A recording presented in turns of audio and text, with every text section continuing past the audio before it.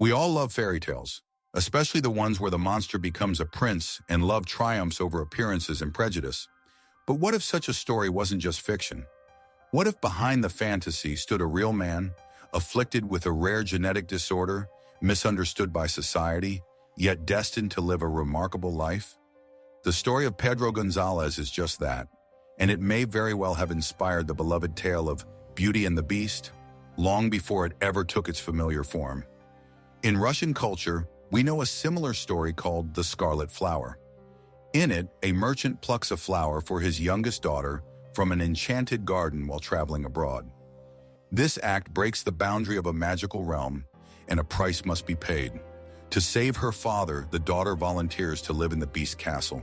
In time, she falls in love with the creature, breaks the spell, and he turns into a handsome prince. In Western culture, this narrative evolved into Beauty and the Beast, first written down in 18th century France. But versions of this story existed orally long before that. One of the most compelling real-life stories that may have influenced the creation of the Beast character is that of Pedro Gonzalez, who lived in 16th century France. Pedro was born in 1537 on the island of Tenerife, part of the Spanish Empire. His appearance was shocking to all. His body from head to toe was covered in thick hair. He suffered from congenital generalized hypertrichosis, a condition so rare it is sometimes called werewolf syndrome. In those times, children born with unusual features were often believed to be cursed or even inhuman. Many were abandoned or killed. But Pedro's parents, against the norms of the age, chose to keep him and raise him. Until the age of 10, he lived with his family. But circumstances, perhaps poverty or pressure from local authorities, led them to part with him. He was sold to a wealthy man and eventually presented as a curiosity to the court of King Henry II of France. In France, Pedro was not welcomed as a human being, but rather as an exotic marvel. He was called a wild man, a forest child, and seen on par with trained animals, dwarfs, or court jesters. But Pedro defied all expectations. He was intelligent, perceptive, and remarkably disciplined. The king, intrigued by Pedro's demeanor, chose not to cage him or ridicule him. Instead, he launched a kind of social experiment. Could a wild creature be transformed into a gentleman? Pedro was given an education. He learned Latin, French, and Italian. He studied Roman law and became well-versed in the cultural and political life of France. Eventually, Pedro ceased to be a courtly oddity and became a respected participant in ceremonies and even diplomatic tasks. His story fascinated the aristocracy. Could someone so visibly different prove themselves equal, or perhaps superior? A court scholar once said of him, "This young man has the heart of a philosopher and the mind of a ruler." It was a partial but powerful victory against fear, stereotypes, and the deep-rooted biases of his time. After King Henry's death, the story took a darker, more Gothic turn.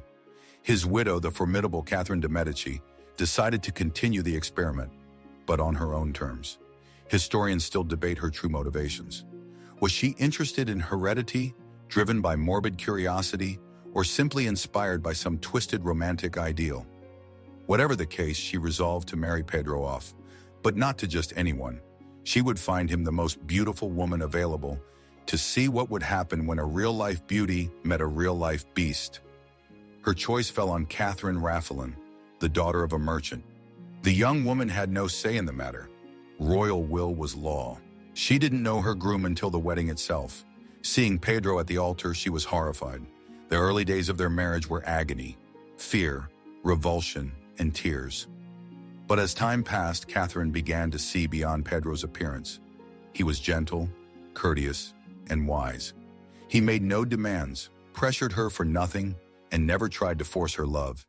He was simply present, patient, kind, and considerate. Gradually, her fear gave way to curiosity, then to friendship, and eventually, to love. Their first winter together passed in near silence. Catherine avoided Pedro, hardly acknowledging his presence. But he never pushed her. He simply waited, offering her space and time. Then one day, something changed. She saw him in the garden reading a book, Virgil's Aeneid in Latin. Surprised, she approached. Pedro looked up, smiled, and said, "You don't have to love me, But I will strive each day to be worthy of your kindness. It wasn't just a line. It was a key, unlocking something in her heart. From cautious conversations bloomed mutual understanding. From that, a lasting bond. Their story sounds like a romance novel, but it was real, attested by letters, portraits, and historical chronicles. They had 7 children. 4 of them inherited their father's condition, thick hair covering their bodies. But the world of the 16th century was not ready to accept them. Though Pedro and Catherine built a home filled with respect and affection, their children's fates were far more difficult. European aristocracy viewed the family as an exotic anomaly. The half-beast offspring were seen as curiosities. Some were taken away to noble courts, treated as living exhibits or gifts to powerful figures. Portraits survive of one daughter, showing her with her father's condition, but dressed fashionably and trained in court etiquette, an emblem of the strange duality of their lives. Educated, yet not fully accepted. We can only guess how painful adolescence must have been for them, torn between playing the role of civilized monsters and trying to hold on to dignity as their father had. Despite everything, Pedro continued to impress those around him. He didn't grow bitter or seek revenge. Instead, he became a model of intellect, diplomacy, and dignity. He was admitted to academic circles, taught law at the Sorbonne, and corresponded with scholars and clergy. In the 16th century, such accomplishments from someone so outwardly different were nearly unheard of. Later, Pedro and his family moved to Italy, where he gained even more respect. He remained intellectually active, taught his children, and was invited to philosophical debates and scientific discussions. He and Catherine were married for nearly 40 years.